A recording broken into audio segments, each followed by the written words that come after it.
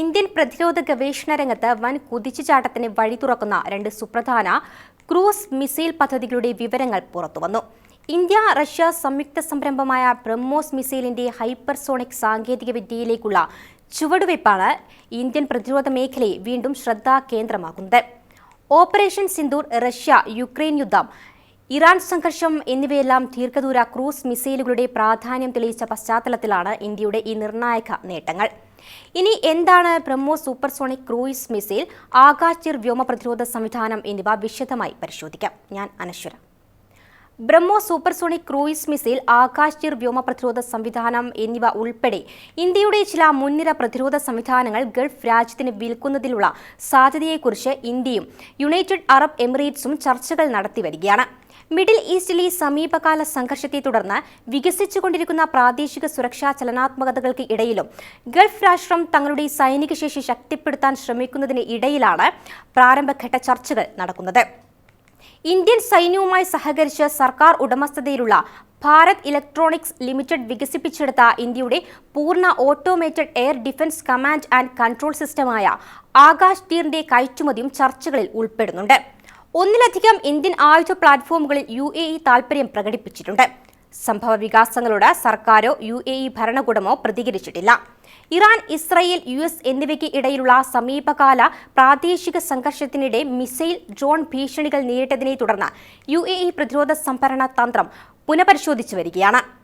ഊർജ്ജ കയറ്റുമതിയുടെ ഒരു പ്രധാന ഭാഗം കടന്നുപോകുന്ന തന്ത്രപരമായ പ്രധാനപ്പെട്ട ജലപാതയായ ഹോർമൂസ് കടലിടുക്കിന്റെ സുരക്ഷ വർദ്ധിപ്പിക്കാനും രാജ്യം ശ്രമിക്കുന്നുണ്ട്.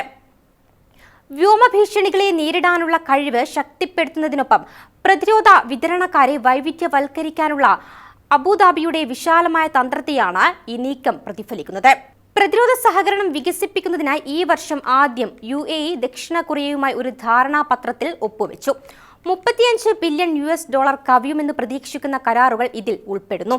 വിശകലന വിദഗ്ധരുടെ അഭിപ്രായത്തിൽ വൈവിധ്യമാർന്ന വിതരണ അടിത്തറ UAEക്ക് കൂടുതൽ തന്ത്രപരമായ സ്വയംഭരണാവകാശം നൽകുന്നു.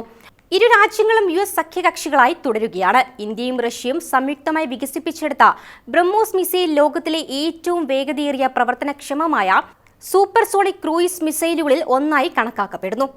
കര, കടൽ, വ്യോമ പ്ലാറ്റ്ഫോമുകളിൽ നിന്ന് വിക്ഷേപിക്കാൻ കഴിയുന്ന ഇതിന് ഏകദേശം 290 കിലോമീറ്റർ കയറ്റുമതി ചെയ്യാനുള്ള കഴിവുണ്ട്.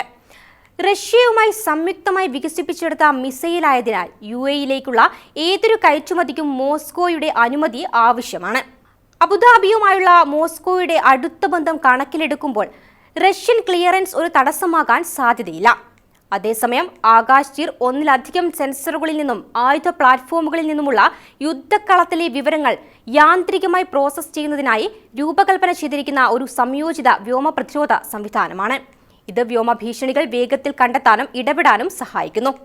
നിരീക്ഷണ പ്രതികരണ സംവിധാനങ്ങൾ സംയോജിപ്പിച്ചുകൊണ്ട് നിലവിലുള്ള മിസൈൽ പ്രതിരോധ ആസ്തികളെ ഈ സംവിധാനം വിപുലീകരിക്കുന്നു. പാട്രിയറ്റ് മിസൈൽ പ്രതിരോധ സംവിധാനങ്ങൾ പരമാവധി 300 കിലോമീറ്റർ ദൂരപരിധിയുള്ള MGM-168 ATACMS തുടങ്ങിയ ബാലിസ്റ്റിക് മിസൈലുകൾ UAEയിൽ ഇതിനകം തന്നെ പ്രവർത്തിക്കുന്നുണ്ട്. ഈ സംവിധാനങ്ങൾക്കിടയിലും ഏകോപനം വർദ്ധിപ്പിക്കാൻ ആകാശ് തീറിന് കഴിയുമെന്ന് വിശകലന വിദഗ്ധർ വിശ്വസിക്കുന്നു. ഇന്ത്യയും UAEയും തമ്മിലുള്ള തന്ത്രപരമായ ബന്ധങ്ങൾ അതിവേഗം വികസിച്ചുകൊണ്ടിരിക്കുന്ന സാഹചര്യത്തിലാണ് പ്രതിരോധ ചർച്ചകൾ നടക്കുന്നത്.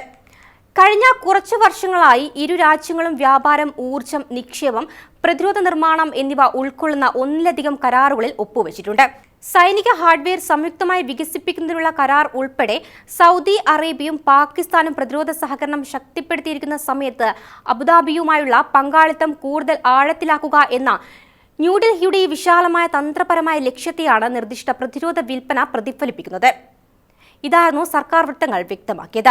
തദ്ദേശീയ പ്രതിരോധ ഉൽപാദനം വിപുലീകരിക്കാനുള്ള സർക്കാരിന്റെ നീക്കത്തിന്റെ ഭാഗമായി ഇന്ത്യയുടെ പ്രതിരോധ കയറ്റുമതി സമീപ വർഷങ്ങളിൽ കുത്തനെ വർദ്ധിച്ചു. ഔദ്യോഗിക കണക്കുകൾ പ്രകാരം 2026 മാർച്ചിൽ അവസാനിച്ച സാമ്പത്തിക വർഷത്തിൽ പ്രതിരോധ കയറ്റുമതി $4 ബില്യൺ കവിഞ്ഞു. കഴിഞ്ഞ വർഷം മെയ് മാസത്തിൽ പാകിസ്ഥാനെതിരായ യുദ്ധത്തിൽ ഇന്ത്യ ആദ്യമായി ബ്രഹ്മോസ് മിസൈൽ ഉപയോഗിച്ച് ഓപ്പറേഷൻ സിന്ദൂർ ഇന്ത്യൻ ആയുധ സംവിധാനങ്ങളോടുള്ള അന്താരാഷ്ട്ര താൽപര്യം കൂടുതൽ വർദ്ധിപ്പിച്ചതായി സർക്കാർ വൃത്തങ്ങൾ അറിയിച്ചിട്ടുണ്ട്. അതിനുശേഷം വിയറ്റ്നാമിലേക്കും ഇന്തോനേഷ്യയിലേക്കും ബ്രഹ്മോസ് മിസൈലുകൾ കയറ്റുമതി ചെയ്യുന്നതിനുള്ള കരാറുകളിൽ ഇന്ത്യ ഒപ്പുവെച്ചിട്ടുണ്ട്. അതേസമയം തായ്ലൻഡ്, ദക്ഷിണാഫ്രിക്ക, ബ്രസീൽ, ചിലി തുടങ്ങിയ രാജ്യങ്ങളും താൽപര്യങ്ങൾ പ്രകടിപ്പിച്ചിട്ടുണ്ട്. സ്റ്റോക്ക്ഹോം ഇന്റർനാഷണൽ പീസ് റിസർച്ച് ഇൻസ്റ്റിറ്റ്യൂട്ടിന്റെ ഡാറ്റ പ്രകാരം 2021-നും 2025-നും ഇടയിൽ മിഡിൽ ഈസ്റ്റിലേക്കുള്ള ഏറ്റവും വലിയ ആയുധ വിതരണക്കാരായി അമേരിക്ക തുടരുകയാണ്. പ്രാദേശിക ഇറക്കുമതിയുടെ 54% അമേരിക്കയുടേത് മാത്രമാണ്. തുടർന്ന് ഇറ്റലി 12%, ഫ്രാൻസ് 11%വുമായി മൂന്നാം സ്ഥാനത്തേക്ക് പിന്തള്ളപ്പെട്ടു. കയറ്റുമതിയിൽ പ്രധാന പങ്കുവഹിക്കുന്ന രാജ്യമായി ഇന്ത്യ വളർന്നു വരുന്നുണ്ട് എങ്കിലും ലോകത്തിലെ രണ്ടാമത്തെ വലിയ ആയുധ ഇറക്കുമതി രാജ്യമായി ഇന്ത്യ തുടരുകയാണ്. ആഗോള ആയുധ ഇറക്കുമതിയുടെ 8%-ൽ അധികം ഇന്ത്യയുടേതാണ്.